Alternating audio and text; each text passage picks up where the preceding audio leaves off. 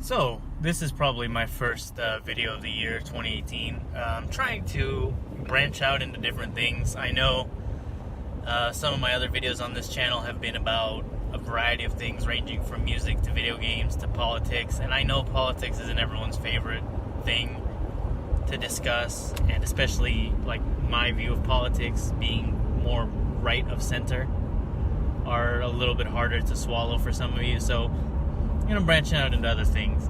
Today I wanted to go into a game that has baffled me. Tom Clancy's The Division. I play on PC exclusively, so the MMO experience is not lost to me. I've never been a fan of the whole MMO shooter, shoot and loot kind of thing, like the way Destiny was. I was not a fan of Destiny. I didn't really play anything beyond a demo. And to be fair, I had never even played anything beyond a demo of The Division until I got it.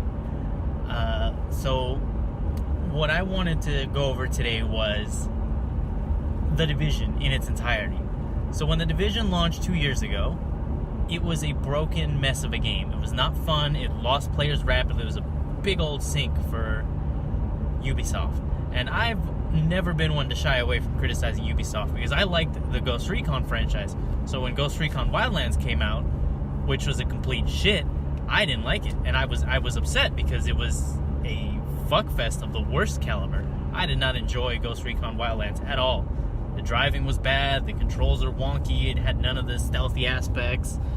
Not to mention just the story was, it's not the worst story, but I don't know. I don't want to get into that. That's another tale for another day.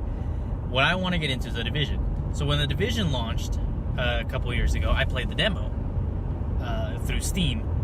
And the first thing I thought is, why is this a 50 gigabyte demo? Like, this is stupid. It's not exactly 50 gigabytes, but it's in the high 40s for a gigabyte. So I rounded up to 50 when I downloaded the demo. It was not fun. It was not good. It was full of problems. The system wasn't well done. I didn't like anything about it. I was like, fuck this game. I went on to Rainbow Six Siege, which suffers from the usual Ubisoft problem of being a crappy release that gets better with time. I don't know why Ubisoft has this, modus operandi of just releasing unfinished games and then finishing them as they're released. I don't understand why they can't release it in the state that it is at now. Even if it took a couple more months of postponing to release, I feel like a complete experience would garner better PR than releasing a bad game and then saying, we'll patch it on the way Destiny 2 does it. And the thing right now is to rip on Destiny 2. I don't like Destiny 2. I think it's a game for normal fags. It's probably not. But when I think Destiny 2, I think PC gamers light. I think baby's first MMO. That's what I think of. Like the normal people trying to get the experience of what World of Warcraft was like before Draenor came out. So to me, the MMO thing is not a relatively new place to explore. For these normal people who are transitioning to The Division, to Destiny, to Warframe, that's their introduction to what MMOs are. And these are MMO lights. These don't have all the aspects. Like, there's a skill tree of 4 skills, or is it 4 skills in 3 sections? So it's firepower, medical, and electronics, I think. That's very light compared to, say, if you were building a Death Knight in World of Warcraft, then you'd have, like, different kinds of Death Knight. I think I was Frost.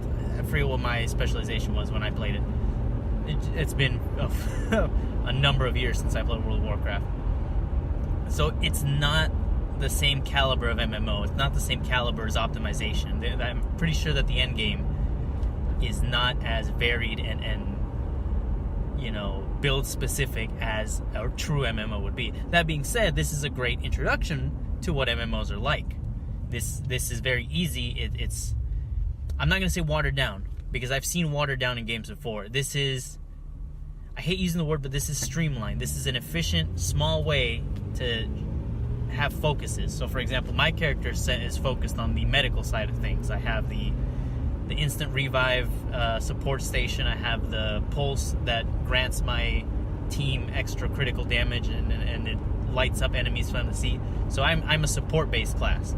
I could do the same in, say, World of Warcraft or Mabinogi or let me try what other MMOs, Final Fantasy 14, Soul Workers, and any of those I could play a support class much better, much more specifically, and build it much more, I want to say customizably, is that a word? I have more control over the end goal, over the end result of what my support character will be. I don't normally like playing support classes. I like playing a DPS class. When I started World of Warcraft, Hunter was what I went with. I play World of Warships. I go mostly for cruisers with a high rate of fire and long distance. I like to be mobile. I like to go where my team needs me. I don't like to be, on the front line taking all the hits. Or, I do play Destroyer on World of Warships sometimes, so I do that too. But for me, DPS is my main thing. I'm branching out into support because I like the support role, because I can directly influence and directly contribute to what the team is doing. And that's what the MMO feel is for, is the shared experience. You don't play MMOs, well, I guess you do play MMOs as to grind, but still, the focus is the end game and the squad-based or team-based gameplay. That being said, The Division does team-based gameplay very well, because Ubisoft's other multiplayer titles, for example, Ghost Recon, you can all four be the same, Ghost Recon Wildlands, sorry, you can all four be the same basic class of character and do just fine. Whereas their other class-based game, Rainbow Six Siege, if you all took, unrelated characters that don't mesh well, you'd probably get stomped by characters that mesh well. There's certain things that complement each other very well in Rainbow Six Siege. And I like games that do that. Unfortunately for me, I don't enjoy Rainbow Six Siege as much because it feels like a reaction shooter at times, like CSGO kind of. It feels like whoever's faster wins all the time. Even if you're in an advantageous position, if you get peeked and they're faster, you're dead. That's it. It feels like it boils down to just who can peek better. And as far as shooters go, then I might as well just be playing Call of Duty, if it's just going to be who can peek who. I like, on top of the action, I like thinking. For example, if you played Battlefield 4, Battlefield 4 was very fun because, let's say everyone just went as an assault class, you would lose, because it's objective-based gameplay. And I don't feel like Rainbow Six Siege has that objective-based gameplay as much as other games do, because it only has two game modes. Rescue the hostage, defuse the bomb. Rescue the hostage, defuse the bomb. That's it. Nothing else. I don't enjoy that as much. Which brings me back to my original point. That's a segue. As launched, The Division did not have that many things to do. The enemies were bullet sponges, there were bugs and glitches, and the game felt unpolished. As of right now, 2018, when I purchased the game, the first week of 2018, the game has expanded into what it was originally trying to be, with several game modes, a lot of endgame content, scalability for enemies, and just a very smooth UI. I very much enjoy being able to just drop right into my friends' games. I don't even have to ask them. I see they're online, I drop into what they're doing. You know what? They won't mind. Because unlike other games where, I'm just trying to grind this out by myself, an extra gun in The Division is all you need. Guess what? Now I can split aggro between me and someone else. Now I can focus fire, named enemies or specific enemies with someone else. Now someone else has their support skills to add on to my support skills. So it's not like someone minds. Even in the matchmaking, even if the people you're matchmaking with suck, you know what? That's more guns and that's more bodies. That's all you need. Great. That works well for The Division. That's something that other MMOs don't do too well, because a lot of MMOs up until the end game are grinding. So for example, in World of Warcraft, sometimes I want to grind by myself because I have to collect a certain amount of items, or I have to kill a certain amount of enemies. It's the grind of playing MMOs. That's fine, whatever, it happens. But now go back to The Division, it doesn't happen because the enemies scale so well because of the world tier system that they've added, to where you, up until the end game, which is about level 30 plus, you're getting weapon drops from enemies that are better than the weapons you currently have. So you're never stuck with a static weapon. I mean, Cosmetically speaking, for some people that probably sucks, because that means they can't keep a gun that they really like up until the end game, where they have to try to find some variants of it that they like. But it feels good to just get rewards as you play. That's something that games today don't seem to want to do for some reason, is reward players for playing and reward them for playing more often. Again, back to Destiny 2 with its throttling of XP and its throttling of rewards. This game doesn't do that. This game wants you to play more. This game wants you to spend time. The events that they're having, for example, as of the time of recording, we're doing the Ambush World event, where the conditionality is that if you stand still, you do more damage. So it balances out, because this game is about cover system, so standing still is an option, but you still want to be a fluid fighter and move, because the enemies move as well. They rush you. The enemies have no problem in rushing you if they see that you're not being aggressive. The enemies have no problem pulling back if they see that you're being too aggressive. The AI in this game works pretty well. So, for example, one of the factions is the Rikers. They're a bunch of escaped convicts from Rikers Penitentiary.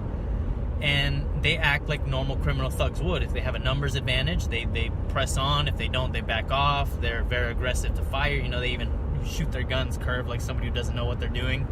Blam, blam, pow, pow, pow, like that kind of stupid shit that some idiot who's never held a gun before would fire. You know, it makes sense. And they don't have as good weaponry as other enemies do.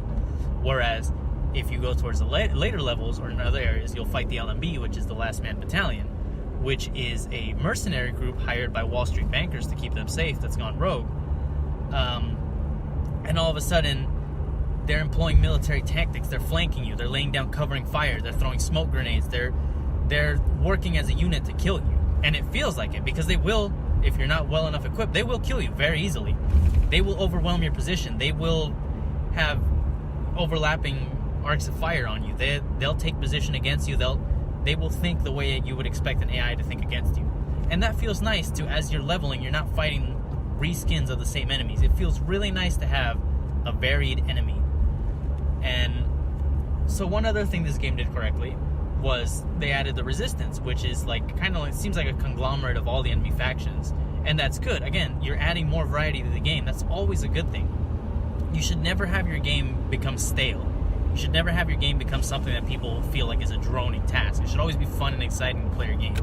And if your game is shooting based, then your enemies should always scale. I'm not going to say be challenging, because then you can get into the overly hard aspects of certain games. Like, I understand the whole Cuphead, Dark Souls frenzy for, I want my game to be hard. Some people do, yes, but some people don't want it to be so hard to where it becomes a task. Especially in a game like this, if you made it too difficult, I could see it becoming a chore. There's a sense of satisfaction for beating hard enemies, yes. There is not a sense of satisfaction for beating bullet sponges, especially when every enemy is a bullet sponge. For example, we were playing one of the legendary missions in, I forget what sector of the city it was in, and one of the enemies could not take damage from the front. He only took damage from his rear, and in order to kill him, you had to blow up his ammo pack on, you know, but the guy had a light machine gun, and he was completely immune to damage from the front. That's a unique enemy, you know, it's not the most unique enemy. Attacking from the rear is probably one of the most overused tropes in video games, but you know what? That works. That's fine. It's good. It's variety. Variety is good. I like that. I very much like that all of the content, except for the season pass, which you know, I'll disclose a friend bought for me because I didn't buy it myself, is good. And the season pass isn't required to play the game. There's so much content that was free for the game now, after 2 years of its launch, that is good, workable, and adds endgame. So, for example, after you finish the main storyline, there's another sub-storyline which kind of cleans up the loose ends in the story. That's great. I like that there's endgame that's still related to the game. You know, if I were to say one thing that I dislike about The Division the most, is that it takes place in New York. You know, everything takes place in New York. Who cares? Like, New York sucks.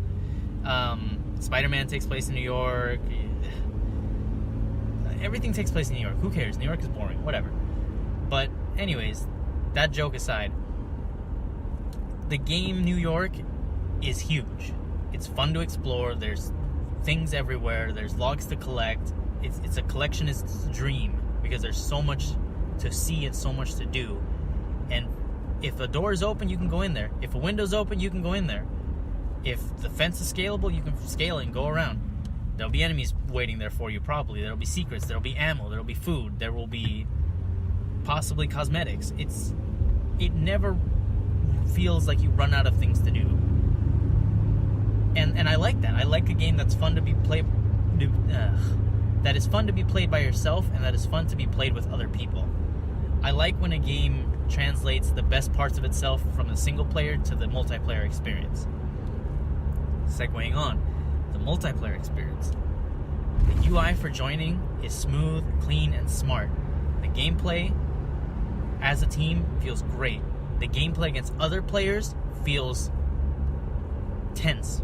It's unpredictable. When you go into the Dark Zone, which is this game's main PvP focus area, you're walking into the Wildlands. You are walking into a lawless place. And it feels like it. It doesn't... You're still within New York City, but the atmosphere changes. It almost feels like the air changes. You walk in and you're on alert. Your head's on a swivel. The enemies are higher level than the normal enemies. And thankfully, the Dark Zone is split up into areas. And I'm guessing this was probably one of the aspects that at launch had to be addressed. There's areas for players, level areas for them to go to within certain levels, and I'm guessing that's just so that they don't get swamped by fucking max level characters trying to take their stuff. And that's good. That's good to split up the people who want to be hyper competitive into a hyper competitive area and everyone else into another area. That's a good thing. The other thing that they fixed was apparently when the game launched, the going rogue option wasn't a thing. So when you enter the Dark Zone, you're transitioning from PvE to PvP. In the PvP area, you have to go rogue to attack other players. And when you go rogue, it'll flag people in the area that you've gone rogue. So now they know that you're willing to kill them for what they have. They know you are going to try to mess with them, so they'll put up some resistance. Some people dislike that factor because some people enjoy just attacking people with no heads up, nothing. And I see why that is a thing. If this was a real world scenario, you wouldn't tell people, hey, you guys, I want to fuck you over, just so you know. Yeah, my immersion, whatever. Yes, you would try to. If you were going to be a sneaky murderer, you would hide and kill people at your convenience, at your, whenever the moment was good for you. But as far as gameplay and balance goes, that makes a lot of sense. For example, we had a situation where 3 groups converged. There were 3 people, the 4 of us, and 1 and 2 guys who all met up at an evacuation point. So when you find loot in the Dark Zone, which is the most contaminated area of the virus, and I'll get to that at the end of it, all explaining what's going on, which I should have done at the beginning. Things have to be decontaminated. So any loot you pick up has to be taken via helicopter to an area where it's going to get decontaminated before you can claim it. The gimmick there is you have to call in an evacuation, and it'll flag everyone that the evacuation is coming so that everyone can get their loot on the helicopter. And then there'll be I think it's a 1.5-minute timer for the helicopter to take off once all the loot's been set. During this time is when most of the PvP fuckery happens. Because at this point you can decide to attack other players to steal their loot, to kill them so that they don't get their loot, or to hijack their loot while they're busy fighting off AI. Because the AI also notices the helicopters coming in. Remember, it's not just the rogue agents and the agents fighting. There's also all the convicts, all the last man battalion. Everyone's there too. So they notice that there's agents in the area, and they're going to go and try to kill you. So now you have to think and you have to be alert, because there is players and enemies in the area. You have to watch your loot. You have to make sure it gets out there. You have to make sure you don't die. You have to work as a team to fight off the enemies. And maybe it was just luck for us, but the other big group we were with, the other 3 people were not interested in hijacking us. In fact, they set up some mobile cover and some healing stations for us to heal at. We were suspicious of it, but you know what? We were in the middle of a gunfight. We needed it, so we did the same for them. They took cover behind our cover. They used our healing station, our ammo. It's great. It worked out for us. All of a sudden, the counter goes up. An agent has gone rogue in your area. I'm like, what? Turn around, I look, there's some asshole trying to hijack my bag that I just put in. So I gunned him down with my LMG, and my fucking team covered me. We killed him, and we got our loot on the helicopter. It's amazing. That is good. He made a bad decision. Had he been the bigger group and us been the smaller group, then that probably would have worked out in his favor. But it just goes to show you the option is there. You have the freedom to do whatever you want. And often that's something that games tell you have that you don't really have, is freedom. This game legitimately feels like it doesn't care what you do, it just gives you the tools to do it.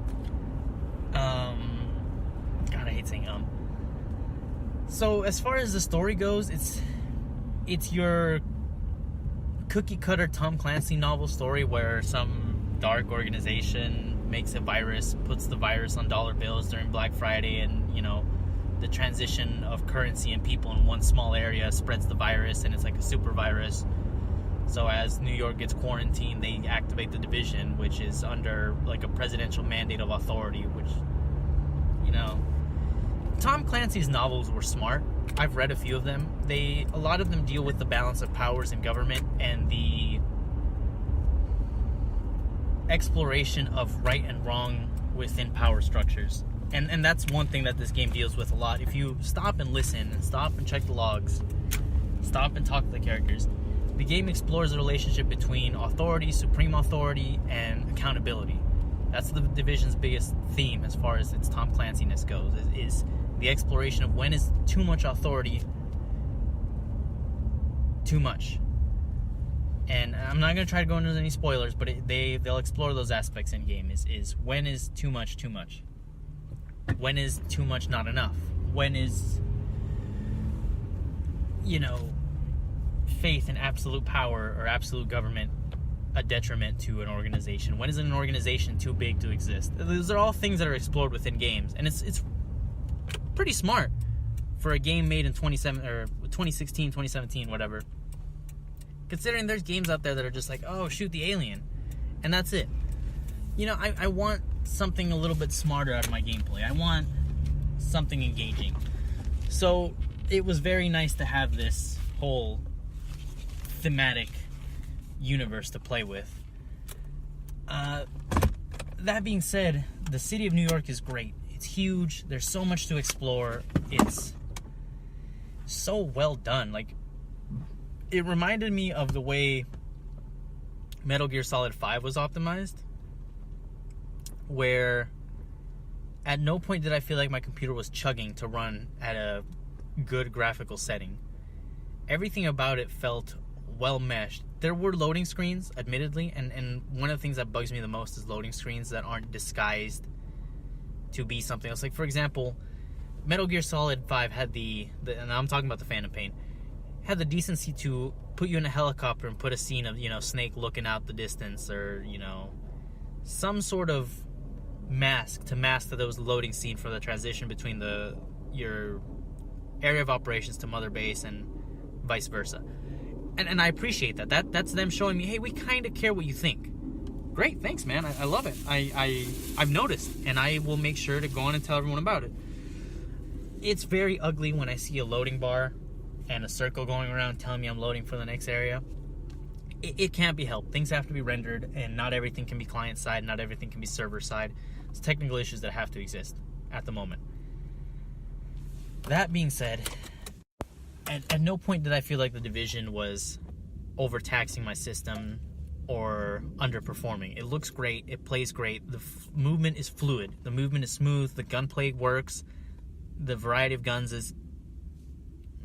one of the problems I had with the game, actually, is there were not many guns that I found I really liked, and there were guns that I questioned why were they even there. For example, I felt like the SMGs were a watered down version of the assault rifles. I felt like the shotguns were pointless. After a while, after maybe level 20, I don't think I ever used my pistol again. It just makes you question certain design decisions, but nothing that breaks the game, nothing that breaks the flow of the game. Just a minor speed bump that once you're over, it's right back to speed. The endgame content. So, the underground was pretty cool when I heard about it in concept, and then when I played it, I found myself liking it. So, they basically turned the subways and the sewer systems in New York into a randomly generated dungeon. Fucking A, Ubisoft. You figured out what people enjoy about MMOs. Randomly, procedurally generated dungeons, level caps, unique enemies, unique loot. It works. Yes. Thank you. Moving on. Survival mode. Holy cow. This is what I wanted in a Battle Royale game. PUBG is fun. I didn't enjoy Fortnite too much from trying Fortnite. And what are the Battle Royales? I can't remember what other Battle Royales are even out there. King of the Kill or H1Z1. I don't know what the fuck it is. Not fun. Then there's The Division's survival. You're called into the Dark Zone and you're taken there via helicopter to extract a potential antivirus for the virus that's infecting New York. A snowstorm hits that brings a weather anomaly, so it's colder than normal. I think it's like minus 60 at its worst, or minus 50. That's, killer. The helicopter crashes, and you find out that your hazmat suit has been torn, and you have a bleeding wound, and you're infected with the green flu, which is the name of the virus in the game. So now you have to survive for 24. You have 24 hours until you die. 24 hours in-game time, which is like an hour, or a little bit over an hour real-life time. You have to survive. You have to keep yourself fed and hydrated. You have to fend off the infection with antibiotics. And you have to find warmer clothes because you need to venture out to find this antivirus. You're still an agent. You still have a job to do. And there's a PvE and a PvP mode. So not only can you duke it out with just the AI, you can duke it out with other people while duking it out with the AI, while trying to survive. Yes, this is what I wanted out of a Battle Royale game. We all start with nothing but, the clothes on our back and a gun. And we're dropped in the city with no mini-map, no markers, just survive. It is so much fun. It's procedurally generated. It feels fresh, and it's definitely what this game needed as a fun diversion.